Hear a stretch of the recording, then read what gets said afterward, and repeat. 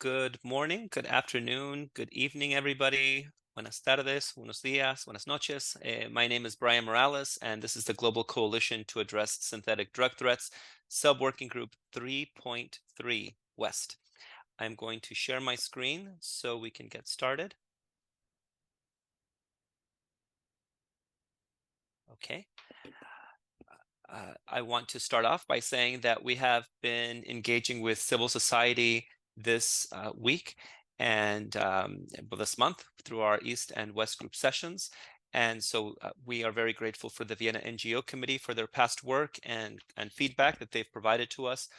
The sessions here only have had presenters from civil society organizations, but not participants. The participants, I want to be clear, are still the same government representatives, although our list is growing. We had the Republic of Sudan join as our 156th participating country in the coalition's work just recently.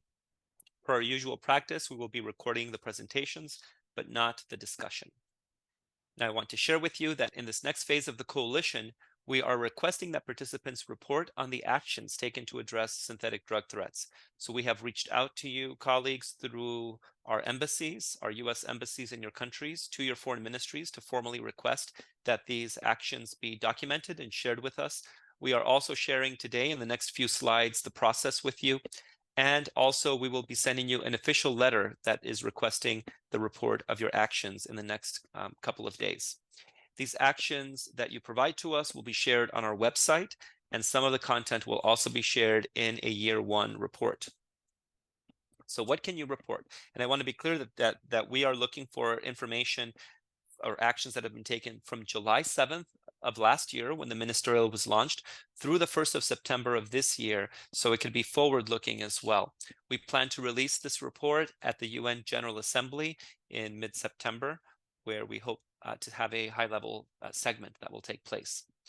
The actions that can take place are adopting a new practice, a policy, a strategy, regulation, or law at the domestic, at your national level, launching a new engagement or collaboration with the private sector, providing financial support bilaterally, including through international organization partners, or in-kind assistance to build country capacity or to advance a synthetic drug initiative.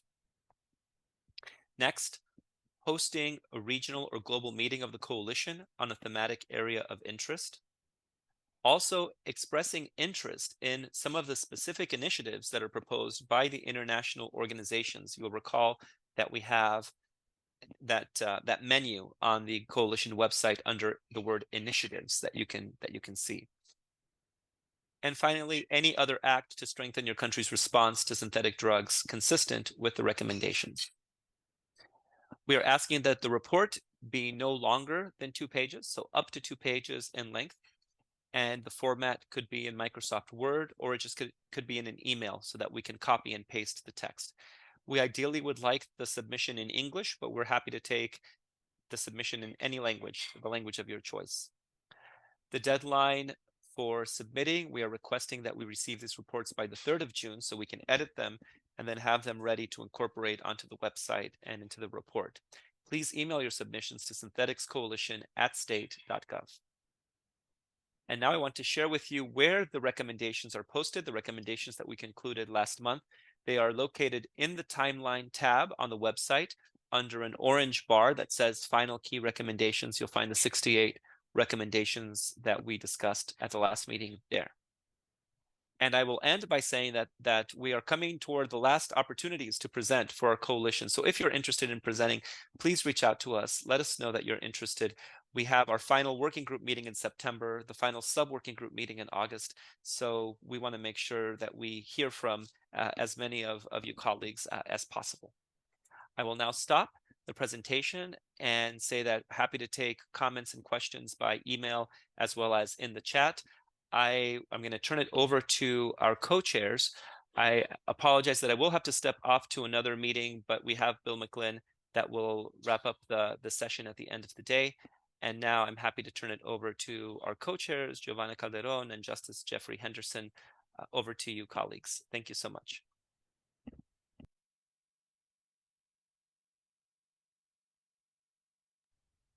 Thank you very much, Brian. Buenos dias. Good morning, everyone. Today we have a very interesting session that deals with synergy and collaboration between government and civil society organizations. It promises to be really interesting, so I welcome your full and spirited participation.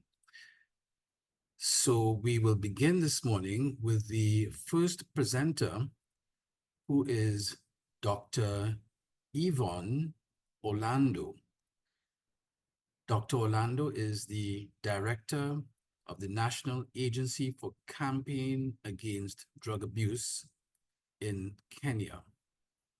And she will give us her first presentation, which should not exceed, unfortunately, 10 minutes. So Dr. Yvonne Orlando, over to you. Thank you, and good evening from Kenya. I will share my presentation.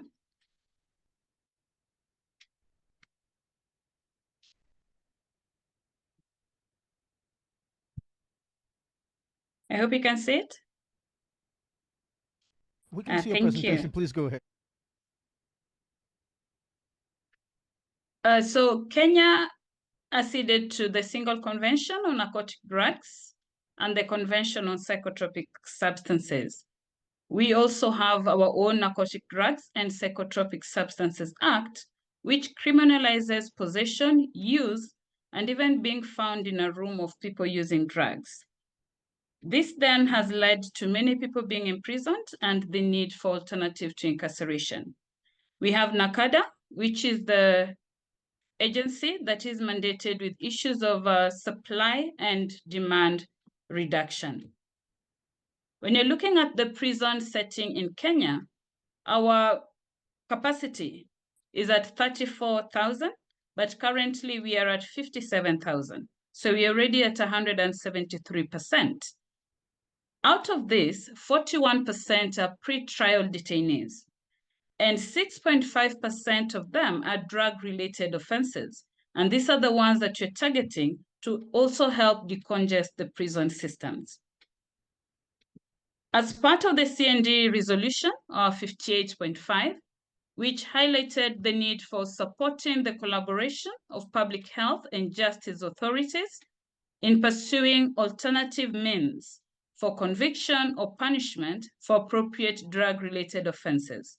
Because of this, the government of Kenya, through NACADA, with the support of UNODC, debuted an initiative called Treatment and Care for People in Contact with the Criminal Justice System, Alternative to Conviction or Punishment. Now, the goal is to help mainstream the alternative measures along the criminal justice continuum, and more so rehabilitation. Because of this, we ended up coming with an ATI steering committee that has both government and the civil society organization. I don't know how the other countries handle it, but in Kenya, the rehabilitation facilities are majorly private and mostly run by the civil society organizations and the faith-based organizations. When we highlighted the need for alternative to incarceration, the first question we got from the police and the judiciary was, take them where?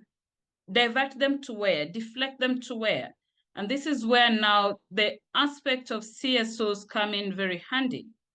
Also, we realized in Kenya, for example, when the police find somebody being mob justed, maybe they're using a substance and there'd been an incident in that area, because of the relationship between the CSOs and the police are able to save the person and call the nearest CSO and tell them, come for your person. If you don't come within these few minutes, then we will take the person to prison. So they even know that there is an alternative. When they find you maybe with a small joint of cannabis, because that is illegal here, now we are seeing cases where they're not just randomly arresting everyone. They're actually calling for help to be guided. Where do we take this one? Because we cannot let the person walk around without an intervention. they feel they are constricted. Currently, we still do not have a policy for ATI, and therefore it is more of the capacity building that the law enforcement officers have been given and the relationship they have with the CSOs. Our CSOs work down to the village level. They are known within the community and they can get information across everywhere. And it makes that work with government even easier. This steering committee we have at the Ministry of Interior, where NACADA is housed. NACADA represents the ministry, and NACADA is the secretariat to this steering committee. Then we have the criminal justice system agencies. We have the National Council on Administration of Justice. We have the Judiciary, Office of the Director of Public Prosecutions, who we have conveniently made the chair so that not everyone is prosecuted. The National Police Service, under this we have Kenya Police, Administration Police, and Directorate of Criminal Investigations. We have Probation and Aftercare Services, and the Kenya Prison Service. We have this multi-sector relationship because our HCI looks at pre-arrest, the whole process until even after incarceration. Under the Ministry of Health, we have NASCO, which majorly deals with HIV cases, hepatitis cases, and the other viral infections. We have the Division of Mental Health and Substance Abuse and Public Health. For our civil society organizations, we have MEWA, who is a colleague who will also be presenting. We have Richard Trust, again, a colleague who will be presenting how we have worked together as government and the work they're doing in ATI at the grassroots. We have Omari Project. We have ISAP Kenya chapter. We have SAPTA Kenya, Rodi Kenya, and Faraja Foundation. For a steering committee, we have had 4 targeted multi-agency workshops on ATI. One was a training for policymakers for the buy-in and for them to understand why we are pushing for ATI. We had a follow-up workshop to understand what are the various agencies doing so that we come together and we form the steering committee. In 2022, we had a follow-up workshop to see what steps had been made. And in April this year, we had another follow-up workshop on the progress and the challenges. We've also formed our multi-agency steering committee. We have developed a national action plan, which has the short and the long-term goals. So when we have our meetings, we look at the progress in terms of pre-trial, trial, and post-trial. And we had a training last year on case care management training and overdose management, which targeted the police because they are the ones who come in contact with overdose cases directly. So we wanted to empower them for them to have a way forward. And all of this is always done with the CSOs. They understand the people down there and they understand the language. Thank you very much. I will now invite our colleague from the CSO, the first one, Mr. Taib Abdul Rahman, to share his experience. Thank you.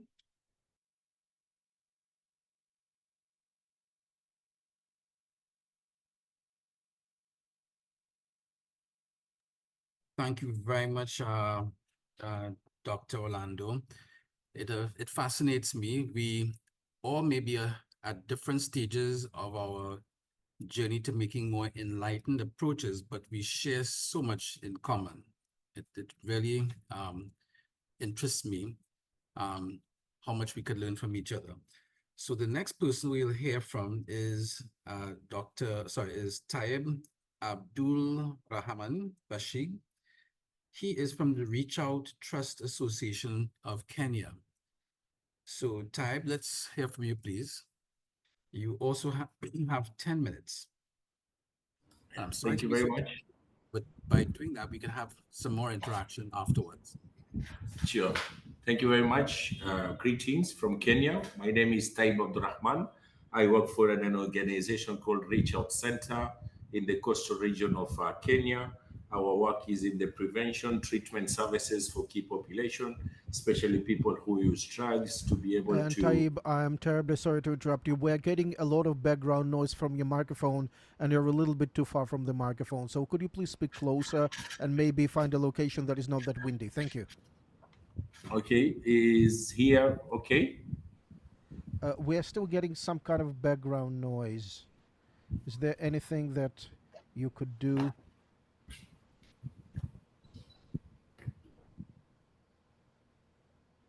Now it's better. Now I think it's No, better. Can you try again, please? Thank you very much. My name is Taib Abdurrahman.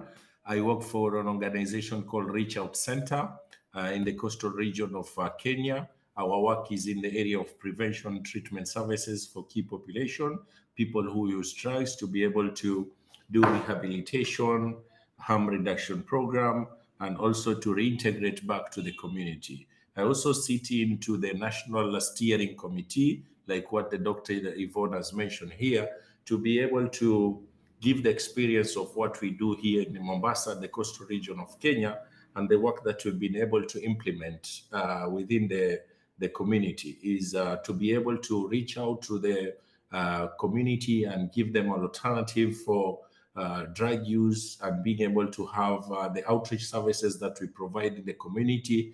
And this we have done very well because we sit into the National Steering Committee. We've been able to work within the criminal justice system to be able to understand the laws, to be able to shape the law, and how best can we be able to give alternatives for those who are inconsistent with law, on how they can be able to be supported within the system.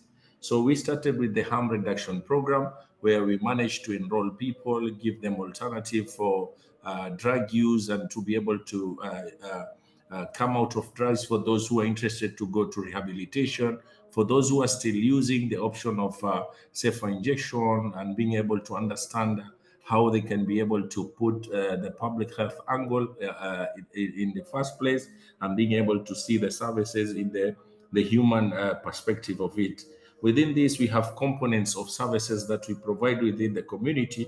That is the legal aids. We train the community in terms of how they can be able to access the legal services within the systems that we are providing, and also how best the community can understand the tangle between the police, the communities that we are serving, and also the faith-based organizations that are coming within the communities, to be able to give them the information. So our works in ATI, alternative to incarceration, works in the areas of pre-arrest. Before people are being arrested, how do we engage them? How do we engage the community?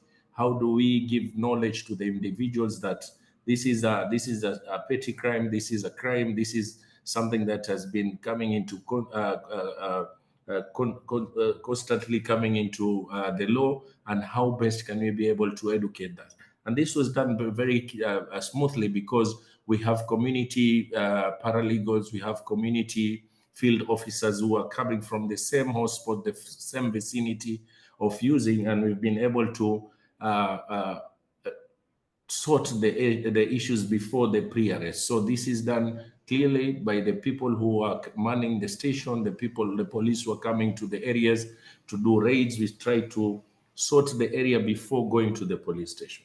And if we have a police station case that has gone to the police station, like what Doctor has mentioned here, we have a good relationship. We have trained the police station at their station where they work, to be able to understand the needs of key population, the needs of people who use drugs, and how they can be given alternative rather than incarceration, to be able to go on with the outpatient model, to go to their rehabilitation system, and also to reintegrate.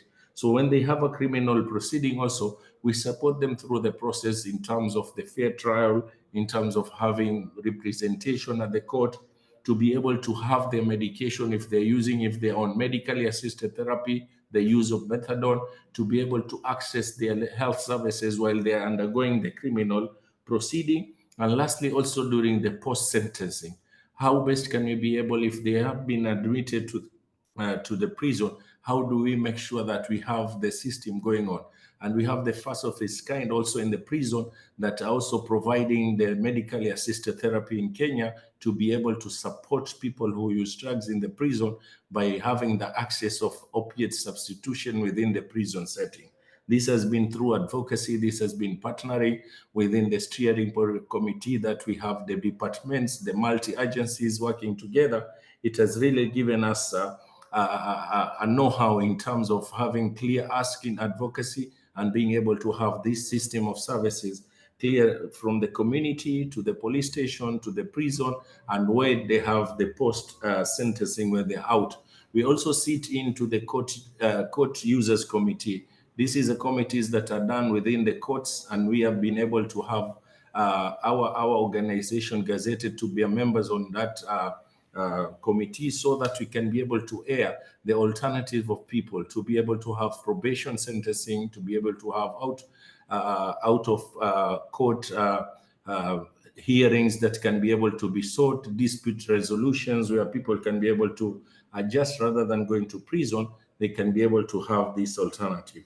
Also sitting into the community advisory board at the county level, where we have the community participating in shaping up the program, in shaping and giving direction to the community. And this is a multi-agency team where we have the doctors, we have the community members, we have people who use drugs sitting in together and discussing on the issues of safer injection, safer areas of policy change, how we can be able to advocate for change. And as partners, we've been able to have bylaw by now in the county of Mombasa that is clearly talking about drug and substance abuse. It's something that has been passed through the county government proceedings, and now it's a law that is supportive for harm reduction and substance use in the county. And also with this, we have managed to be able to do a lot of advocacy outside the courts and also to the community. Members who are indifferent to people who use drugs, members who are doing mob justice, they were killing people. Now we have changed the narrative in terms of incarceration to support, in terms of beating to be able to helping, in terms of stigma reduction to be able to support the people who are using, and also including the family members in our discussion has really supported us into making sure that this program is accepted within a community, and also acknowledging that working together with NACADA, the government department, which has been very supportive in terms of training, in terms of building capacity, being able to give the capacity within our community-based organization to be able to have the system in place, to be able to have the capacity of treatment, and to be able to see how best we can be able to reduce the number of people who are going to prison who are using drugs, but to get an alternative for treatment. Thank you very much.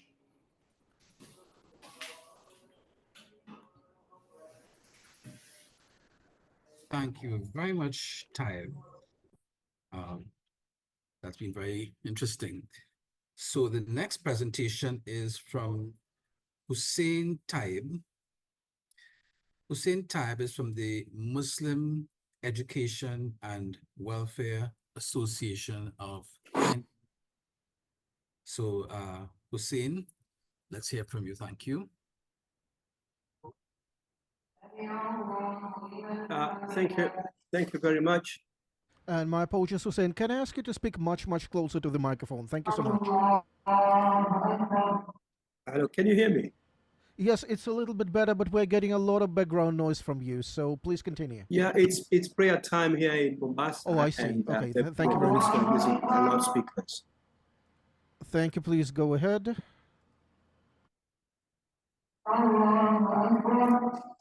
Thank you very much. Basically, my name is Hussein Taib, and we are one of the two organizations here in Mombasa, Kenya, working with people who with substance, who use drugs.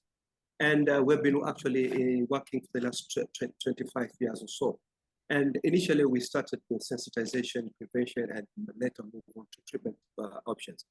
Our laws, county laws, have been very punitive through the years. and it was very difficult for people who use drugs to access treatment, both health and human rights services. And it was from the 2020 constitution of the country that was a game changer. Through the constitution, the new constitution, we were able to, it gave rise to promotion of health and human rights services. And specifically on Article 159. Article 159 will allow courts and tribunals to promote alternative forms of dispute resolution, namely negotiation, reconciliation, mediation, and arbitration. What Taib has just said is exactly what we are doing. We are two organizations that are complementing and are competing against each other in the work we against towards people who use drugs. And another thing that was quite positive on our side was the narcotic drugs and psychotropic substance control that had an element of rehabilitation. So despite of having a very punitive laws, we were able to capture on these section of the constitution and the law that we actually made us be able to get to work with the judicial services and provide effective services for people who use drugs. Our turning point was 2015. Our turning point was 2015 when we started to actually work with the law courts, judicial services, and through the law courts of shams, we call it, we define it as the matter of alternative justice system. We were able to reach out to people who use drugs and provide effective services. Our holistic approach in public government and CSO partnership enabled us to be able to break the barriers of the police power. It was very difficult for us to reach the police to assist drug users who are in conflict with the law. Once drug user was in conflict with the law, there was nothing much we could do. We actually are giving harm reduction services for these people. Most of them are HIV positive and TB positive. And once they get into the hands of the police, it was the end of us giving them any type of services. But through our intervention, we were able to reach out to the police and be able to provide services. We also were able to pass the corridors of justice. It was very difficult once somebody has been sent to the court. It was automatic sentencing. But through our trainings and outreach, sensitization to the judicial services, the police, probation, and the prison services, we were able to come into a partnership and collaboration whereby we actually worked very closely with these facilities. Another place that we were able to reach out was the correction facilities. Reaching out to Cape prisons was something unimaginable in this country because of punitive laws and because of the strict rules that were there. But what we did was some time back in 2015, we had training for prison officers, and we got to know the challenges that these people were facing. And from that one, we were able to actually reach out to them. So our outreach services, outreach work, we call the frontline services, were actually able to reach, to go to prison and provide a couple of services where we gave out legal aid services, we gave case profiling, and such help in interpretation. The general community were very, very hostile to people who use drugs, whereby a lot of mob justices and other violence were actually meted on our people. But through consistent sensitization and training, we were able to reach out to the villages, to the local community, and they actually accepted the people who use drugs. The Ministry of Health, and specifically the Department of Health of the county government of Mombasa and the areas that we're actually working, Mombasa, Lamu, and Kilifi, were very instrumental in this work. Initially, stigmatization was a very serious problem whereby people who use drugs could not get any type of services because of their nature and the problem. So through the years, we have been able to reach out to train the healthcare workers and work with the Department of Health and be able to reach out to do amazing things. One of my points that we need to share, I need to share is we began the AGS system in 2015. In 2015, it is when the CSOs here in Kenya actually started working with the justice system and gave a reprieve to the people with drugs. And it was only after 5 years, that is 2020, that the country launched its AGS alternative justice policy, justice system policy. So actually, CSOs in Kenya were able to access the corridors of justice, were able to help the people who use drugs to get health and harm reduction services 5 years prior to the launching of the AGS. It is important here for us to actually appreciate UNODC, NACADA Global Fund, USA, the Elton John Foundation. These are, and of course, Open Society. These have been instrumental in giving training and capacity building, working with us through the years to be where we are. As we speak, Mombasa and Kenya is the home of harm reduction, and it is a landing site for lots of countries that are coming to learn of what we've been doing both in Africa and elsewhere. Even the United Nations Office on Drugs and Crime were regularly using our sites, our programs to showcase what we're doing. And most of their trainings were actually conducted in the coastal city of Mombasa. Other areas that we've been on partnership is the NASCOP and the National Syndicated Control Organization. So in a nutshell, we have come a long way to where we are. We have been able to work with the people who use drugs in this country. And as we speak, there are a couple of policies and curriculum that the CSOs have been able to come up with that was adopted and accredited by the national government and are being used everywhere. Thank you.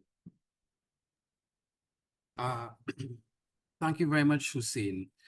Hussein, I have to tell you that the audio was really, really difficult. And even I, in English, was struggling to hear. I think the internet connection was also a bit choppy.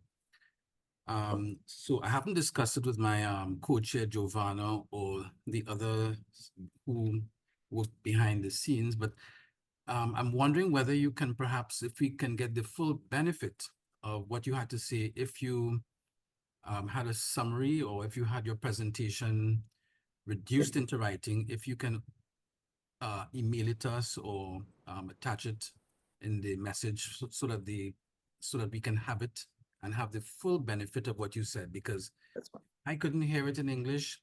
Those who required interpretation services would not have been able to hear what you said. Is that possible? Sorry for that. I think we've got some internet problems here. So this happens. This is the world that we live in. So if you would be good enough, and if you can send it to us, then all of us would have the benefit of what you just said. We'll share it through the internet. Okay, excellent. So we are a little bit ahead of schedule, but that means that the good news is that then we would have more time for Q&A, which is something that in the past we have not been able to do as much as we would have liked to. So the next presentation is from Justice Canada, and we're going to have a joint presentation. So we're moving from one part of the globe to another part of the globe as we have a shared problem, as we all try to fix this. So we're going to hear from a joint presentation from Hannah. Hannah, please, if I do violence to the pronunciation, is it Peruska? That's fine. Yes, it's actually Hrushka originally, but I'll take Hruska.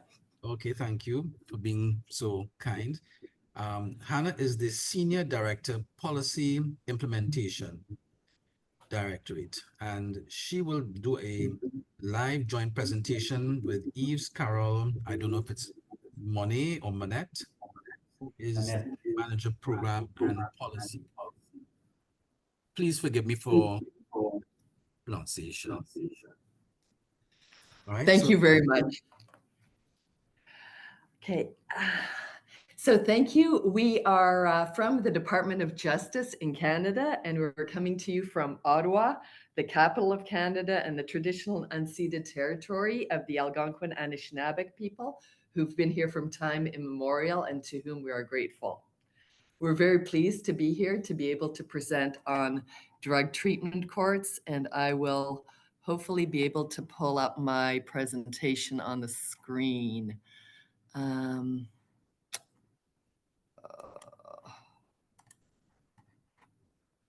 Okay, this does not seem to be working.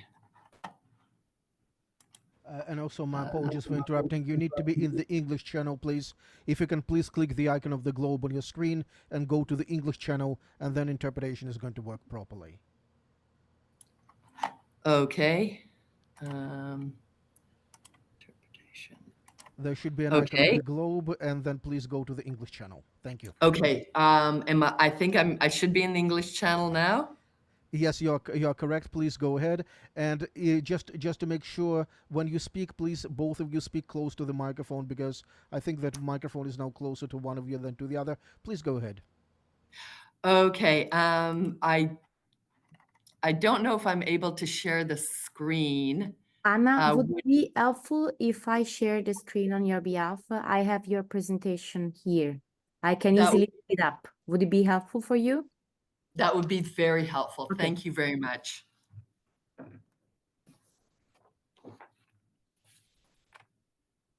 Okay, if you could please go on to the second slide.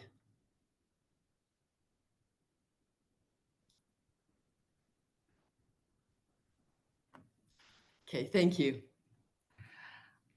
And my apologies for the technical difficulties.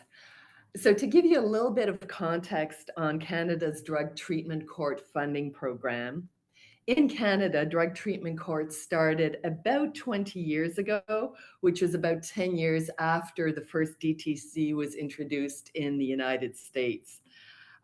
Initially, drug treatment courts were a pilot project, and in 2004, they were rolled into a multi-pronged national strategy and started to receive ongoing funding from the federal government. At this time, we have 22 drug treatment courts, and we'll be talking a little bit more about what these drug treatment courts are and how they work momentarily. We have 22 that are federally funded, and we also have some in the country that are not federally funded and that have started as local initiatives by judges in different provinces and territories. The national strategy that they are part of used to be called the National Anti-Drug Strategy, and it was housed with Justice Canada and had a strong justice focus. Now it is called the Canada Drugs and Substances Strategy, and it has a stronger health focus, but still contains many of the same components, including funding for prevention of substance abuse, treatment, research, and drug controls, such as scheduling of drugs, funding for policing, and border controls. If we could go on to the next slide, please.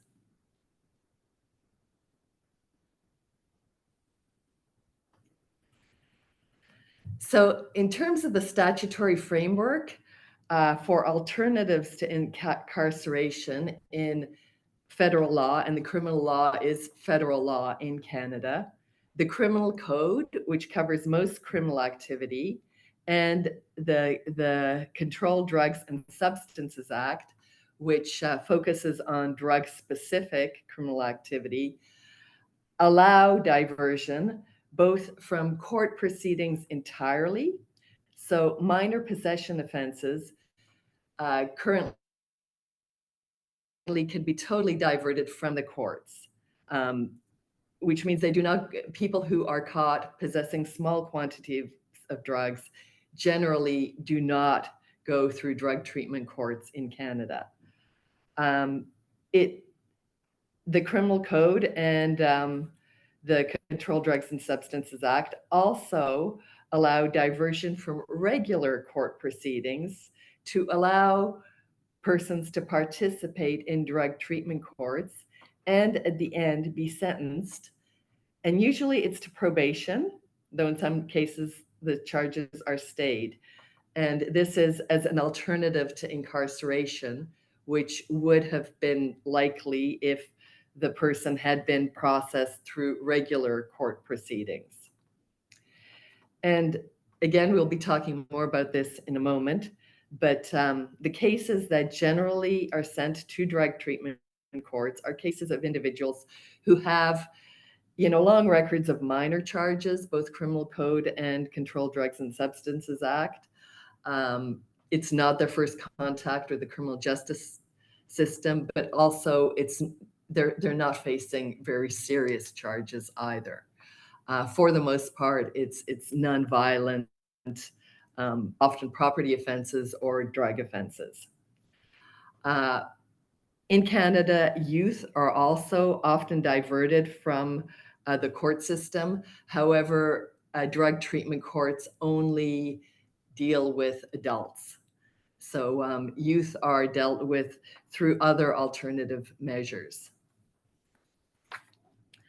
Next slide, please. Okay. In order to operationalize these courts that Anna referred to, Justice Canada has the drug And my treatment. apologies. Can you speak closer to the microphone, please? Because you're very faint. You're much fainter. Do you understand me better now? Please go ahead. Yes. Okay, so in order to operationalize these drug treatment courts that Anna was referring to, Justice Canada put in place the Drug Treatment Court Funding Program. It's a funding program of 10.6 million, and we enter into agreements with provinces and territories, which are the only recipients of this funding. We sign agreement with provinces and territories, and we interact with them regularly through a federal, provincial, territorial working group where we discuss issues related to drug treatment court best practices, how to better serve marginalized population, issues that provinces and territories encounter when they manage their program. Although we give the funding, we don't dictate the model that the provinces and territories will have for their drug treatment courts. There are commonalities, but provinces and territories will adapt their programs according to their needs and to the population that they serve. Next slide, please.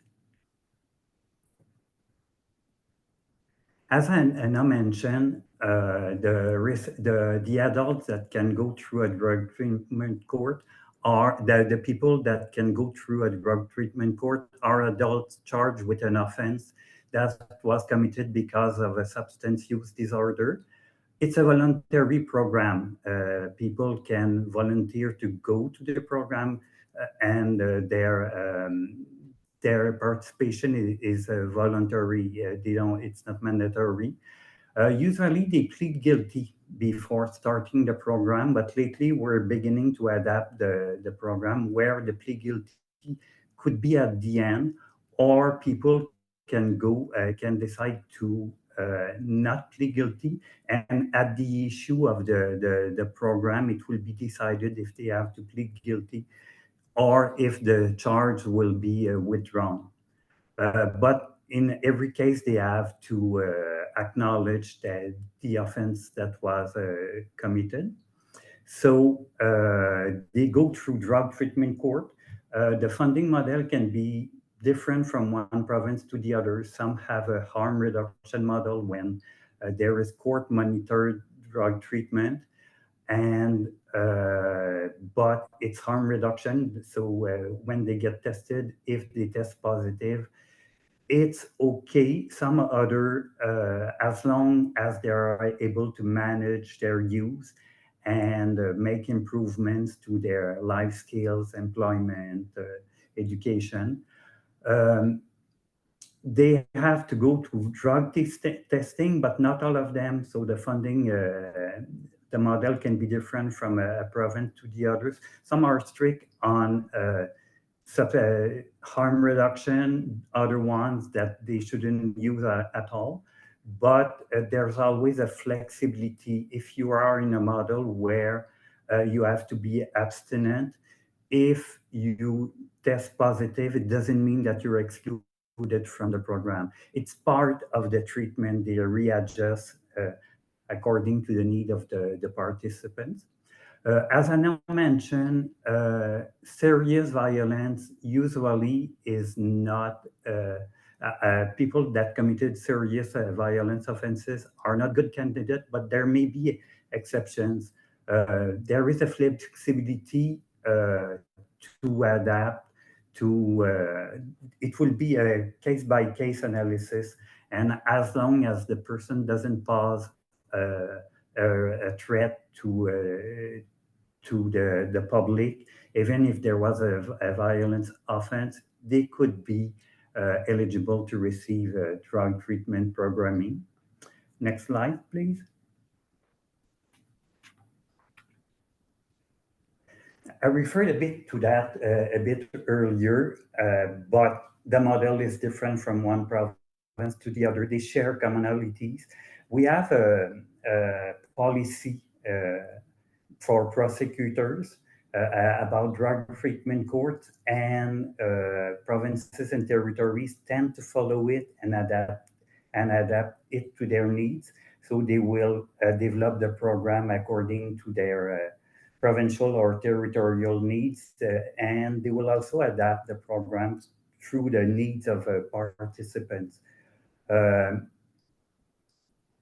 So it will be court monitored. It could be weekly court monitoring. They will participants will have to pass in front of a judge. They will receive treatment, substance use to help them to deal with their substance use, social services, advices about employment, schooling. So it's a holistic approach where we try to find the root cause of the substance use, and we try to deal with that.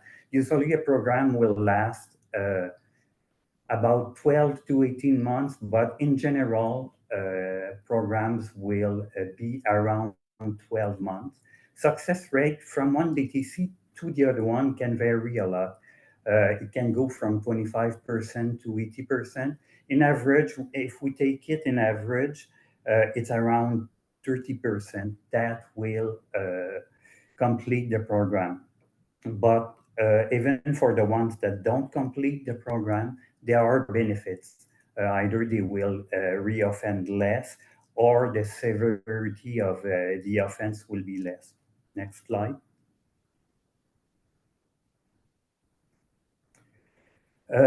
Every 5 years, we conduct an evaluation of the drug treatment court funding program to see what works best, what doesn't work, what are the recommendations that we should put in place to improve the program. And the last evaluation that was conducted was done in 2021, and it revealed that it's an effective program. It helps participants to deal with their substance use. And we also conducted a recidivism study where we did a comparison of a control group and a comparison group to see which group tend to reoffend less. And first year of the monitoring, drug treatment courts participants tended to have more charges, but it was related to, it's a difficult program. You have to abide by rules, you have to appear in court, you have to do many things in order to succeed. And within the first year period, drug treatment court participant had more charges, administration of office charges, failing to appear in court, or let's say break of curfew.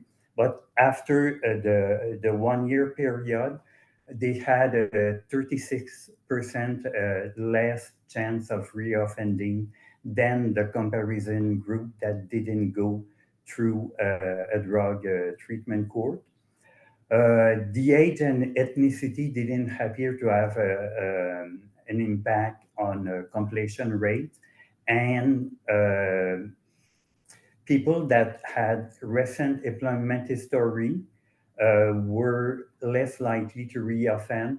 People with property offense history were more likely to reoffend, although if they had a job, they were less likely to reoffend. Next slide, please.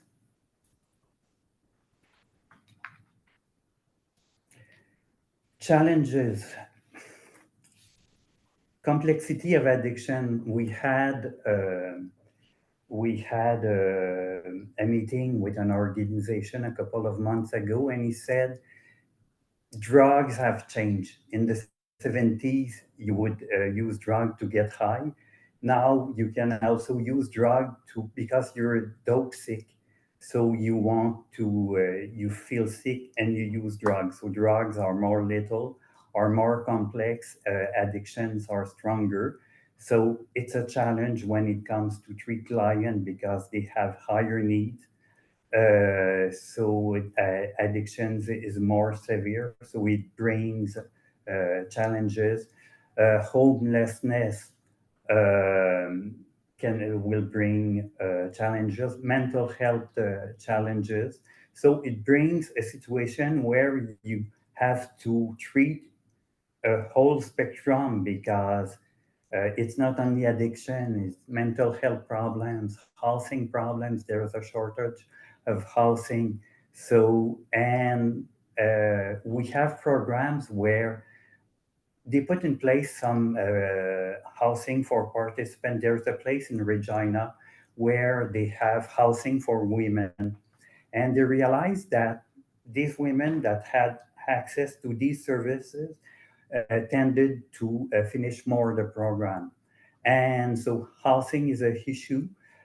Services, access to services, services are often concentrated in urban communities, and small communities, remote communities can be a bit difficult to access these services. So it can bring difficulties to access to drug treatment courts. So that could be problematic. Next slide.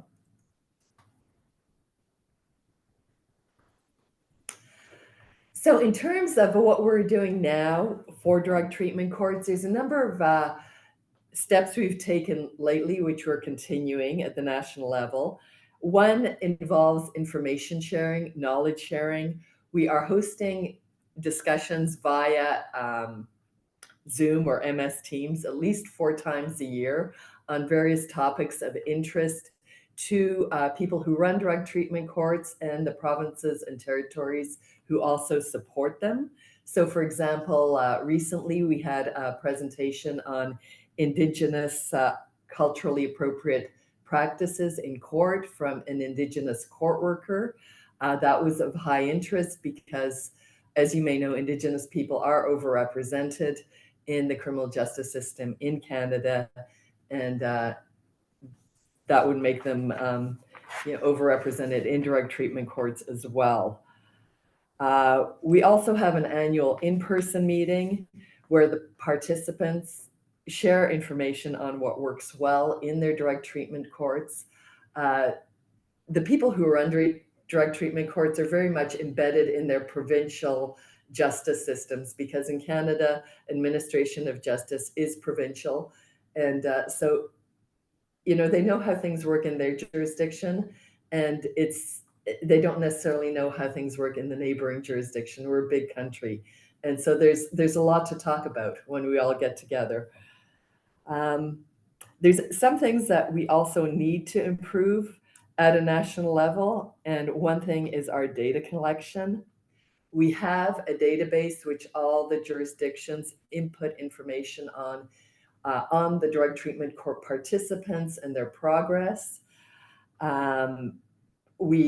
People have difficulty accessing this database, and so we are creating a new one which will allow us to better understand how our courts are working for different populations, particularly for the populations that are overrepresented, such as Indigenous people, such as Black people, and other sort of minority populations in the criminal.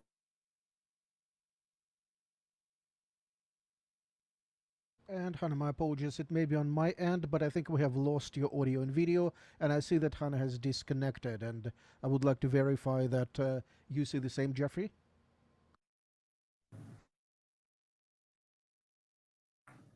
And Hannah, you're Hello, back. can you There hear was a me? little interruption. Yes, we can hear you. Please go ahead, Hannah.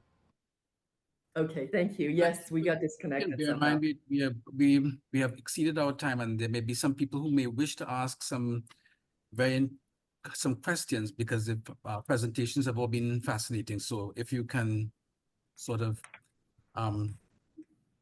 Wrap up? in a convenient wrap up. Happy to do so.